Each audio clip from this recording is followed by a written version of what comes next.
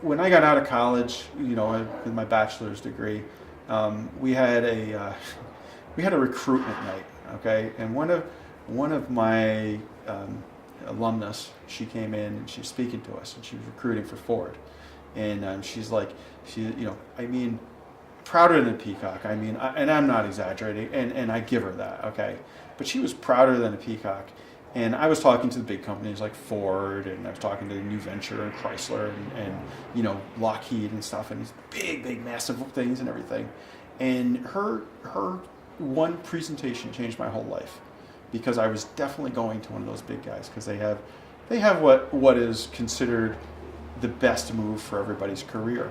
I would have got a lifetime position that I would have been doing in that thing, and I could have stayed in that career for the rest of my life, earned good money, and would have had a retirement. I mean, what everybody aims for out of college, right? I mean, but she sat there, and I will never forget this. I wish I could remember her name, but I can see her face. And she's telling us that since she's got out of college, and I believe she was 3 or 4 years out, and she's there, and she's like, I've been working on this project, and with and I don't know, one of their models, Taurus or whatever be the case, and I've been working on this project diligently.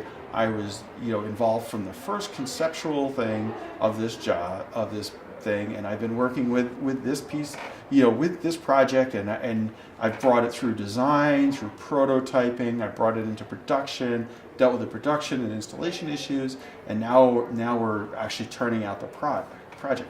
I'm like, yes, this is what I want. This is why I go to school. I want to create things. I want to make it real. Then she reached over in her bag, and I'm not exaggerating. She reached over in her bag, and she held up a dome light. A freaking dome light. I mean, I looked there, and I'm like, all right, tell me you're kidding me, right? This was her project. This big, a little bit bigger than a cassette tape, if anybody remembers cassette tapes, that she said, I've been working on this for 3 years. And I'm like, I'm never working on a freaking dome light for 3 goddamn years. So what that taught me, right in that moment, it changed my whole future. I mean, honestly, is I knew that for me, that would never be fulfilling. I would never be fulfilled knowing I worked on this. Okay? And it's not to say that I wouldn't work on this, because I have a project from the past that was smaller than that, and I'm really proud of. But it was a project, and it was a few months, not multiple years of my life. I would feel a complete failure, honestly, if I'm sitting there and I'm using all my talents for this little piece, because instead of doing the part that I'm going to be the strongest at, being the invention, the execution, and implementation, I am now worried about the creation and innovation, which is the part that I'm best at, and the engineering that goes into it. And I'm not belittling the effort that goes into that, but then I am not going to be the best person to go out there and to work on the prototyping. Why do I need to figure out how to prototype a piece of plastic? Okay, there's a lot of people with a different skill set are way more competent at that.